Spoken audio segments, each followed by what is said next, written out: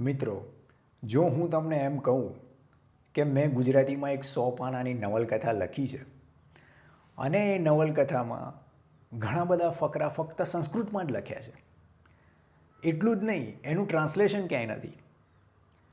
વળી પાછું એ નવલકથામાં ઘણી બધી લીટીઓ એવી આવે છે કે જે સંસ્કૃતમાં જ લખેલી છે અને એનું પણ ટ્રાન્સલેશન નથી.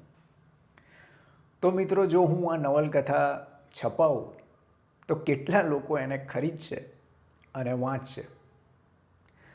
તો મિત્રો, આવું જ પરાક્રમ કરીને એક લેખકે અમુક હજાર નહીં, 10,000, 15,000, 50,000, લાખ નહીં, 10 લાખ નહીં, કરોડ નહીં, 2 કરોડ નહીં, 5 કરોડથી પણ વધારે પુસ્તકની કોપી વેચી છે. લેખકનું નામ છે ઉમ્બેર્તો એકો અને એ નવલકથા એક મર્ડર મિસ્ટ્રી છે. એનું નામ છે ઇલ નોમે de la રોઝા, અંગ્રેજીમાં the name of the rose.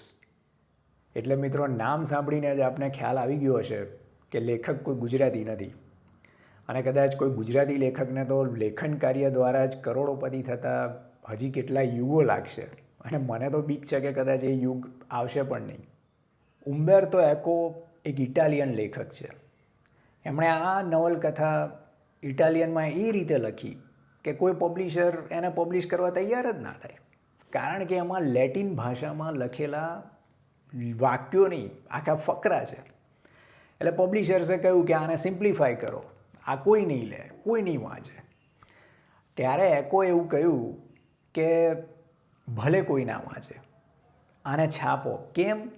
કારણ કે એમની આર્ગ્યુમેન્ટ એવી હતી કે પબ્લિશર્સ એવું માને છે કે રીડર્સ બધા સ્ટુપિડ છે, પણ ખરેખર રીડર્સને ચેલેન્જ જોઈએ છે, કારણ કે ટ્રેશ એટલે કે કચરો તો એમને રોજ વાંચવા મળે છે. પણ એક સારું પુસ્તક, એક ડિફિકલ્ટ પુસ્તક, એક ચેલેન્જ છે ને, સારા અને સાચા રીડરને આવું જ મટીરિયલ જોઈતું હોય છે. આમ કહીને એમણે એ છાપવાનું કહ્યું. અને એક ઇન્ટરવ્યૂમાં એમણે બીજી પણ એક આર્ગ્યુમેન્ટ કહી હતી. એમણે કહ્યું કે જે કેથોલિક ચર્ચ છે એ છેલ્લા 2000 વર્ષથી લેટિનમાં માસ ચલાવે છે. માસ એટલે રવિવારની સભા. એ આખી સભા એ લેટિનમાં ચલાવે છે. કોઈને ખબર પડતી નથી, તો 2000 વર્ષથી તો એ ચાલે છે ને. તો આ પુસ્તક તમે છાપો. હવે બીજી એક ઇન્ટરેસ્ટિંગ વાત, આ બુકને સમજવા માટે બીજી 10થી વધારે કી બુક્સ છપાઈ છે. એટલે કે આપણે જેને ગાઈડ કહીએ ને, કે key to the name of the rose. તો કોઈકે એમને ઇન્ટરવ્યૂમાં પ્રશ્ન કર્યો કે એક લેખક તરીકે આપને કેવું લાગે કે તમારી બુક સમજવા માટે બીજી 10થી વધારે બુક છપાઈ છે અને લોકો એ લેવી પડે, તો તમને ઓફેન્સિવ નથી લાગતું?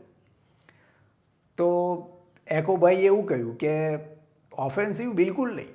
મને તો ઉપરથી ગર્વ, મને તો એક પ્રાઉડ ફીલ થાય છે કે મારી બુક એ કક્ષાની છે કે ઇલિયડ અથવા તો પેરાડાઇઝ લોસ્ટ કે એવી કક્ષાની છે, ક્લાસિક, કે જેને સમજવા માટે બીજી બધી બુક છપાય છે. હવે બીજું એક ફેક્ટ, આ લેખક એટલે કે ઉમ્બેર્તો એકોની પોતાની પર્સનલ લાઇબ્રેરીમાં 50,000 કરતાં વધારે પુસ્તકો છે. હવે આખી વાત મેં આપની સમક્ષ કેમ રજૂ કરી એની પાછળનું એક કારણ છે. હમણાં થોડા દિવસ પહેલાં એક મિત્ર સાથે વાતચીત થતી હતી. એમણે એવું કહ્યું કે આ ભદ્રમ ભદ્ર અને એવા બધા પુસ્તકો લોકો એટલે નથી વાંચતા કે અઘરા પડે છે. તો મિત્રો, મારું એવું માનવું છે કે જો આપણને સહેજ પણ માનસિક તકલીફ ના પડે એવું જ જો આપણે વાંચ્યા કરીએ તો આપણો કોઈ માનસિક વિકાસ થતો નથી. પણ આ મારું પર્સનલી એવું માનવું છે. આપનું શું માનવું છે એ આપ કોમેન્ટમાં જણાવી શકો છો.